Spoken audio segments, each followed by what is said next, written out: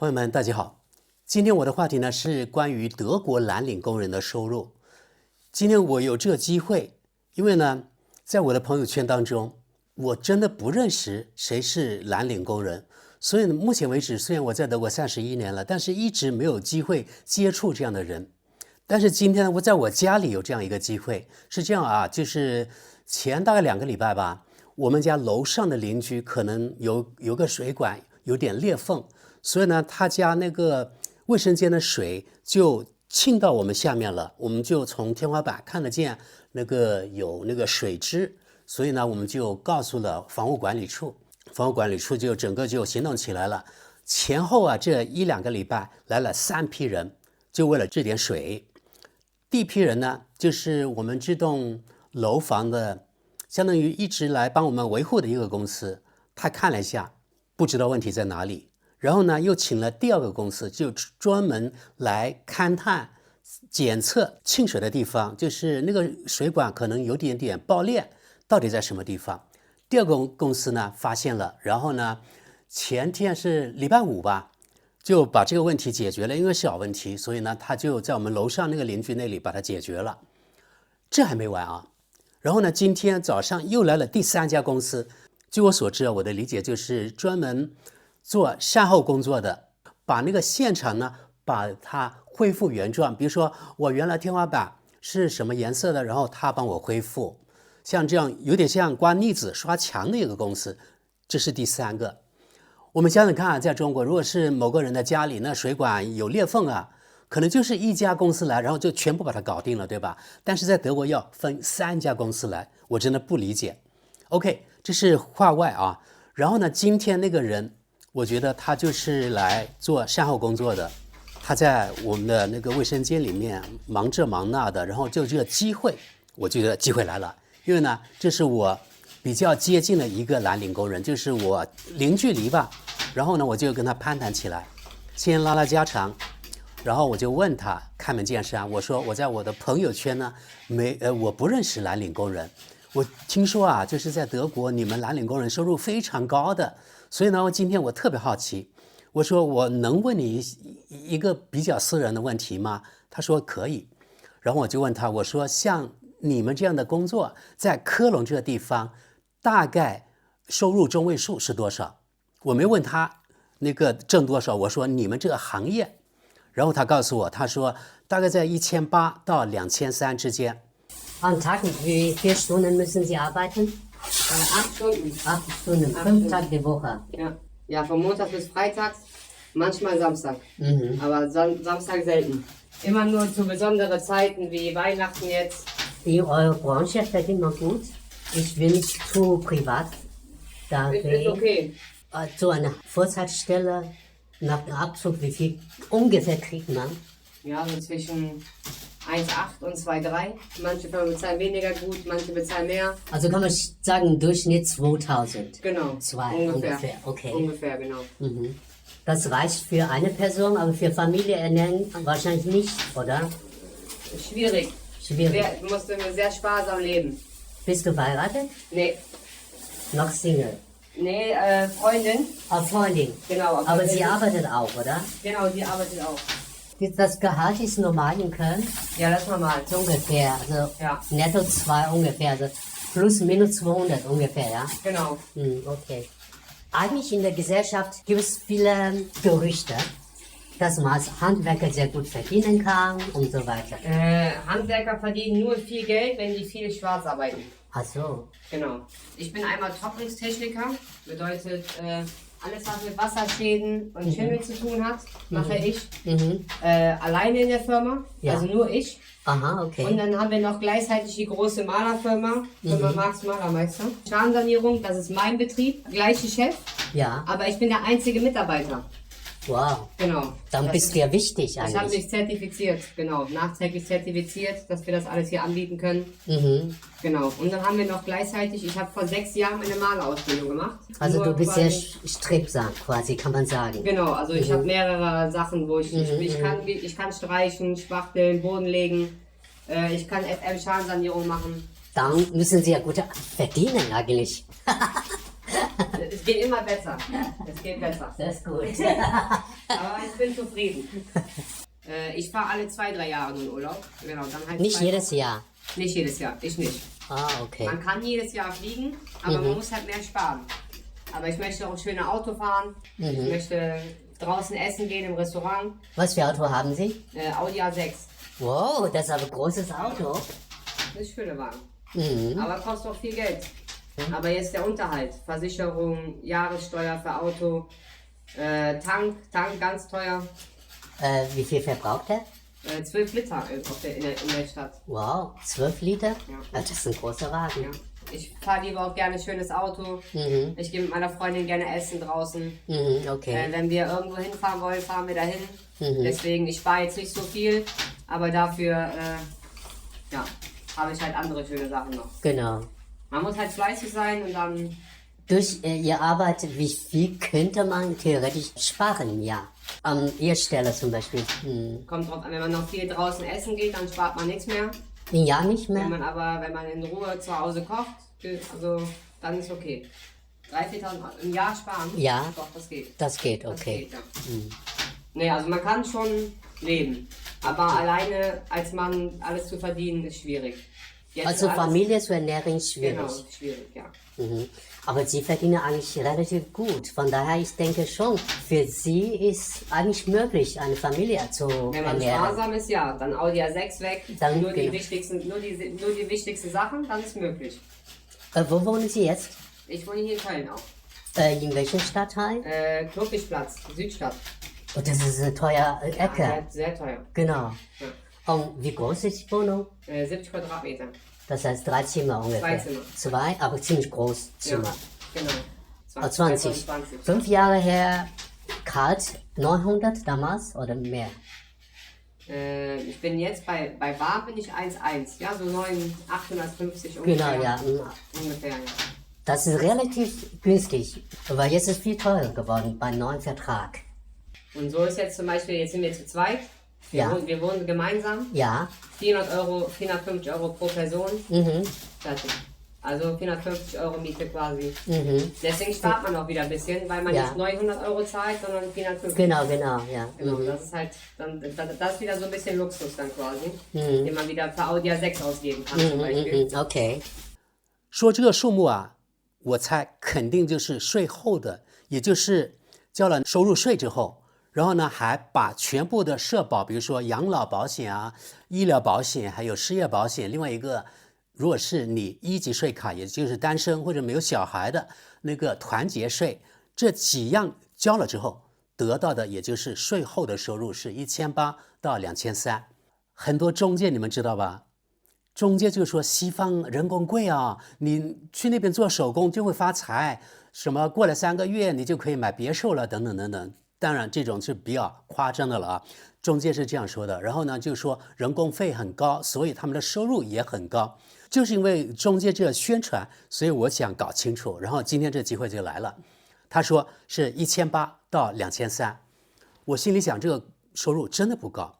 你们知道吗？在德国税后的贫困线是多少？在德国是1450左右，也許多幾歐元，少幾歐元，但是就在1500上下吧，大概是這個幅度。你低於1500，那就是在德國屬於貧困人口。然後他說是1800，那是比較低的收入。然後呢，到2300，還沒有達到德國全職職員的中位數啊。德國全職中位數呢是2450左右。這個收入其實在德國不算高。另外呢，我們這裡是科隆啊，科隆是德國第4大城市，最少也算得上德國準一線了吧，對吧？大城市的收入要比小城市稍微高一點，當然沒有中國那個收入區別那麼大啊。他的收入在德國其實，如果是說科隆的話，算中高收入了。然後呢，他們這個手工業者，也就是藍領，他在德國這個職員收入中線之下，我可以分析啊。那德國手工業者他們的收入沒有像我們一些所謂雙元制培訓那種中介說的那麼美好。說到這些中介啊，移民留學也好，我覺得大家不要全信，能夠信一半就可以了。他說100，你就相信50，真的沒錯。你不能完全相信他的。那我们再回到这個藍領工人，他說他一個人工作養不了家，然後他說他那個女朋友也工作。既然說到這個，然後我就問他，那你一年存下多少錢？因為你看你女朋友也工作，你也工作，那你們的房租相當於每個人出一半，對不對？他說是對的。就這問題我就問他，因為我知道這幾年在德國所有作為租房族，那個房租上漲也比較快。然後我就問他，我說你們住的那個房子有多大？他說大概是70平米左右。那我想想，如果是70平米，那應該正常情況下是2個臥室1個客廳，對吧？然後他說不是，他說是只有1個臥室1個客廳。OK， 那我就問他，你們什麼時候簽的那個合同？就是你們什麼時候搬進去的這個租房這一套？他說是5年前。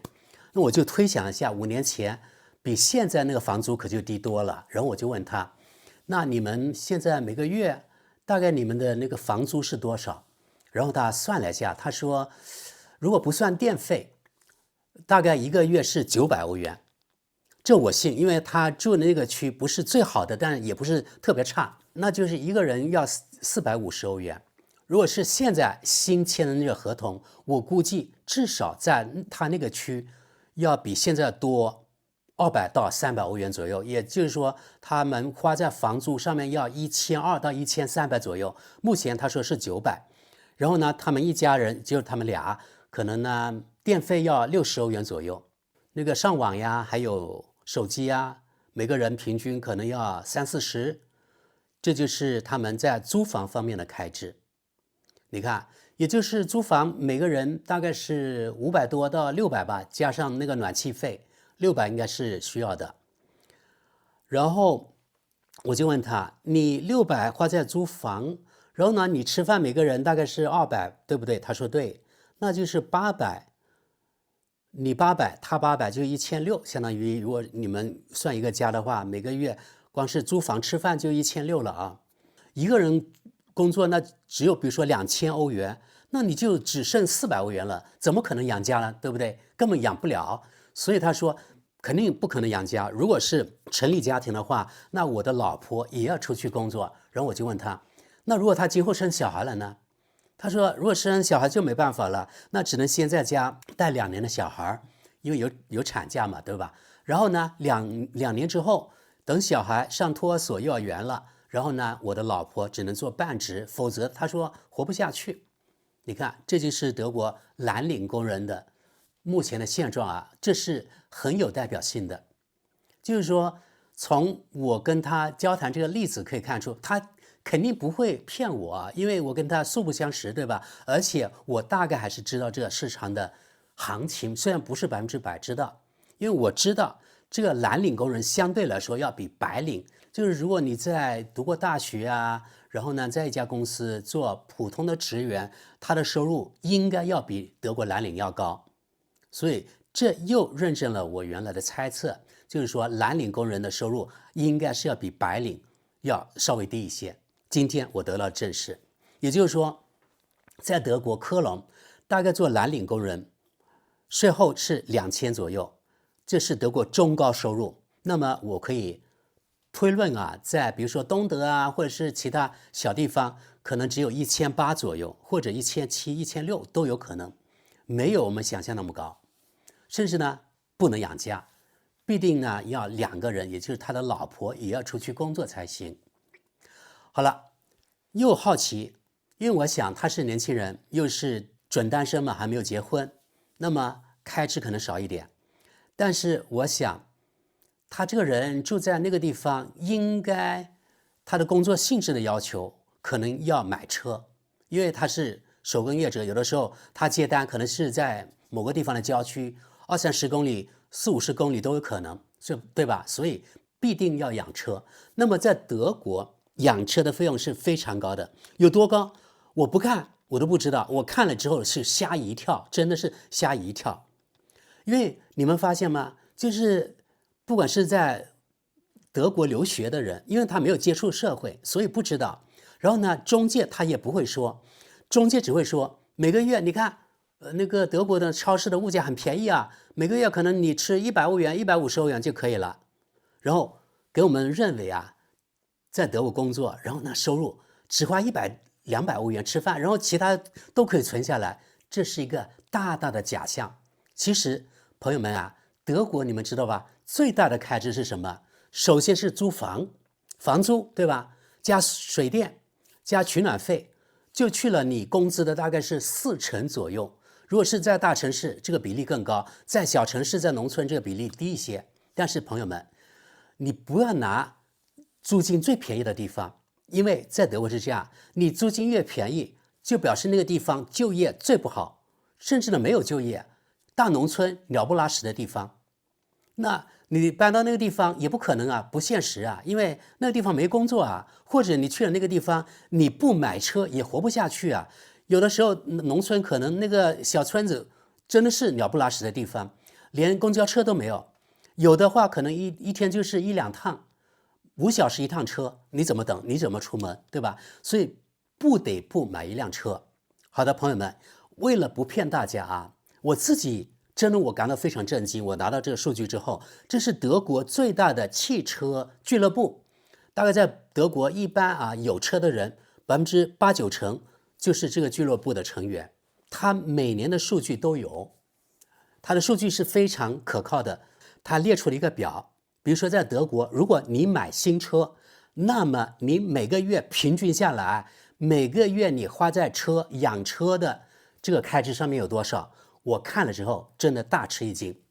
別的不說，我們看看啊，同時呢我錄屏，你看這裡奧迪。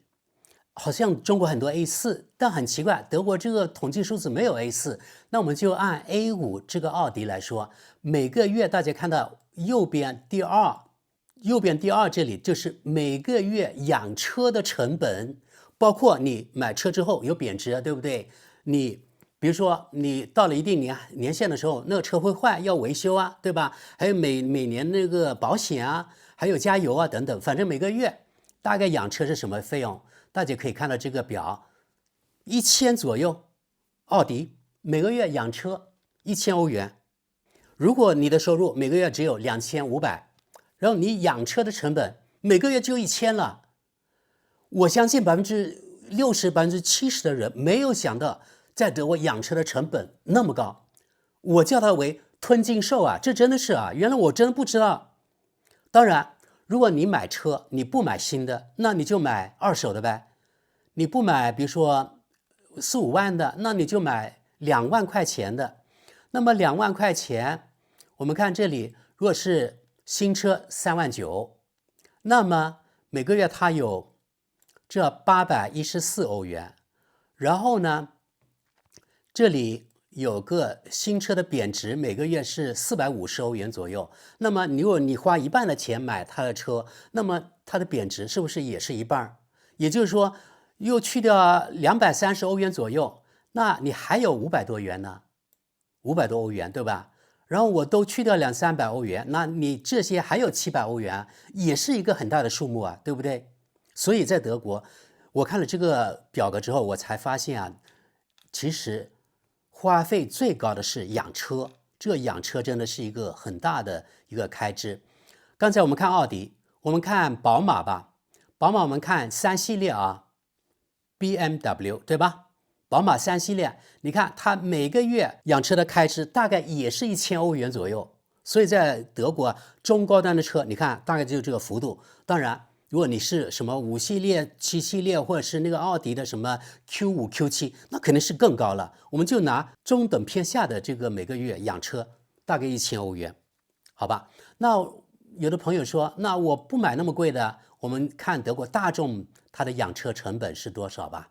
大眾一般來說，高爾夫這種小型一點的開的比較多，中型一點就是所謂的叫3廂車還是叫什麼，我不知道，就比較長的那種。在這裡，大眾最便宜都要600多，對吧？買新車的情況下，然後呢，稍微好一點的也接近1000歐元了，養車成本大眾。那如果是你買二手車，我就算你每個月再減200，就是它的那個貶值沒有新車那麼快，那也接近800或者600左右。對不對？好了，我們取個中間值，就700吧，每個月養車700，然後呢，房租在德國大部分是租房租。如果是你一个人租的话，现在我可以告诉大家，我也去看了数据啊，在德国像科隆这个城市是属于那个德国租金中高的地方。现在一般的地段大概1平米要15歐元左右。那麼如果你一套是40平米的話，一般是40平米，不是特別大，但是也不算特別小。那麼你一個月光是，然後呢你就花600歐元了，然後呢你還要這個附加費呢，物業這種呢可能要100到150左右，那就是750了。然後呢取暖費至少要50，那就800了啊。還有電費呢也要50吧，就850。就是說如果是你做一個單身漢，你花在租房的那個開支又要850。所以我說了，在德國最大的開支不是吃飯，而是租房以及養車。光是租房養車，你看就花了1500多了，還沒有吃飯呢。吃飯大概最少要200，那就1700多了。你想想看，如果你做一個藍領啊，那就是1800到2000左右。你光是這些固定的開支還沒有完呢，已經把你的工資全部吞掉了。所以我告訴你啊，在德國真的啊，在德國一般來說，很多德國人或者大部分德國人都是月光族。別看啊，好像你折合成人民幣，就好像有1萬多2萬塊人民幣一樣，好像用不完一樣。但是實際上，它的固定開支太高了。你不要把在城市裡面不用買車那些人算在一起。大部分德國人，我可以告訴大家，都是不得不買車的人。真正的不用買車，只花每個月，比如說58歐元，可以全國通票那種，是少數。我不是說沒有，但是少數。大部分人必定要養車，所以養車的成本也擺在那裡。然後呢，租車的那個不是租房的成本也擺在那裡，吃飯的成本也擺在那裡。還有這樣那樣的呢，對吧？你要買什麼服裝吧？你作為女生，你要打扮一下吧？還有你也有一些社交吧，等等等等。所以如果是你一個月啊，在德國，你又要養車，又要租房，想生活稍微滋潤一點，不月光都不行，真的不得不月光。所以呢，我就問了那個師傅啊，我說像你這樣，到底到年底的時候，一年能存下錢嗎？我說你多久出去那個度假？他說他一般是2-3年出去一次。我說不是每年出去一次嗎？他說不可能啊，因為沒那麼多錢啊。那我說不是每年出去度假，那你每年能夠存下那個3-4千歐元嗎？他說可以。那如果他說可以，我認為他可能能夠存下5000。如果他又要養車又要租房，然後能存下5000，像這樣一個小伙子已經很不錯了，已經是很會那個安排的人了。因為從他談吐啊，他說他考了這樣證，又考了那樣證，我就覺得他是一個比較上進的人啊，不是普通那種懶惰的德國人。所以在德國說來說去啊，這幾年真的物價又飛漲，房租又漲得快，然後反正就是工資沒有漲得那麼快，所以整個生活成本要比原來高得多。那麼能夠存下錢的真的是鳳毛麟角。所以很多德國人呢，他們想買房也買不起，加上現在房價更高了，又加上房租也更高了。那如果你房租更高，那就表明你能夠存下錢就更少了。你想存首付要的時間就更久了，也就是說你買房的成本也更高了，對不對？這是一個惡性循環。我再延伸一點啊，在德國與在中國完全不一樣，因為在德國可以說啊，這個房呢是州，租房的人呢是僧多粥少，在德國就是這樣情況。就是說，如果我是房東，我把那個房放出來，1天之內，絕對在德國科隆這裡啊，有超過100到150個人跟你聯繫。我們一般現在不想通過電話，而是通過那他網上發信息的形式，因為這樣的話，我們就可以在家慢慢的篩選出來。因為我們放過房出去，我們知道真的放一個晚上，第二天就100多封那個郵件在信箱裡面。比如說挑10-20個，我們認為呢他夠資格的人，相當於我給他們面試一樣，真的就相當於在中國職場面試，一個職位可能有100個人來應聘。在德國呢，一套房子，特別是在德國中大城市啊，經常就是一套房子，可能50個甚至200個人來應聘，想得到這套房子，這競爭可是特別大的。所以呢，篩選出來之後，由房東我定哪一天你來看房，而且是統一的啊那天，然後約可能20個人來看房，比如說早上9點，禮拜六早上9點，然後呢9點之前大概10分鐘到15分鐘，那些準時的人，一般德國是比較準時的這種場合，那就來了，然後是排隊的啊，排在那個房子外面，真的就像應聘趕集一樣，一個一個的魚貫進去看房。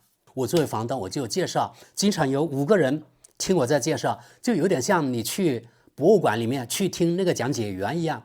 就是旁邊就圍着那麼多想租房的人，這一點都不誇張，就是跟中國租房完全不一樣。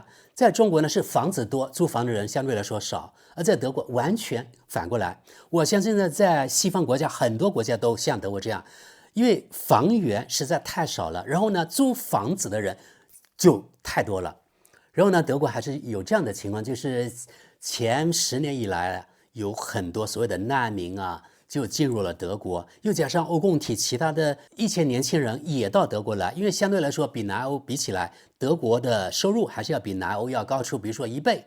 所以呢，有些他喜歡闖蕩的那些南歐的人可能會跑到德國來謀職，這樣的話就導致了德國這個租房市場就更加緊俏了，就更加僧多粥少了，就這樣的情況。所以呢，讓很多特別是剛來德國留學的中國學生很崩潰啊！你看，在慕尼黑啊，在什麼法蘭克福啊，還有在柏林啊，租房是最難的，對吧？經常可能你找了好幾個月，房子人家房東就不租給你，因為房東不愁沒有人租他的房子，他是一個香饽饽他的房子啊。所以在德國，我相信呢，很多在這裡新來的中國留學生是碰了很多的釘子，跟原來在國內想象完全不一樣，對不對？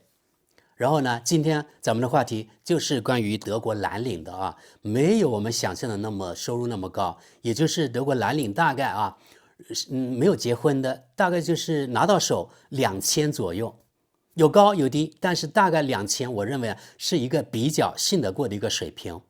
那麼朋友們，2000塊錢，在德國什麼都要花錢的情況下，其實這2000塊錢一點都不經得花，到頭1分錢都存不下。假如你自己要買車的話，你不要買車另當一回事，可能你每個月單身漢能夠存下幾百歐元，400-500有可能，對吧？但是如果你一旦養車，很可能就是月光，或者到頭來每個月入不敷出都有可能。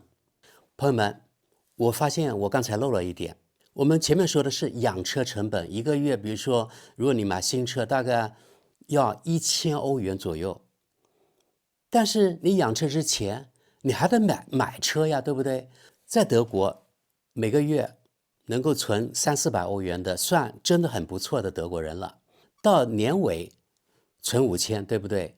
假如果是那個人每年去度一次假，這是德國人一般會是這樣做的啊，度一次假每一個人大概要1500歐元左右，那麼從5000再減掉1500，只剩下3500，你不能出任何其他事啊。所以呢，比較現實呢，就是最多除了度假之外，還能夠存3000，一年3000，5年就是15000。在德國，你不想買新車，就只能買二手車。我認為比較現實的二手車，不是特別好的，不是特別差的，大概也是在15000歐元左右。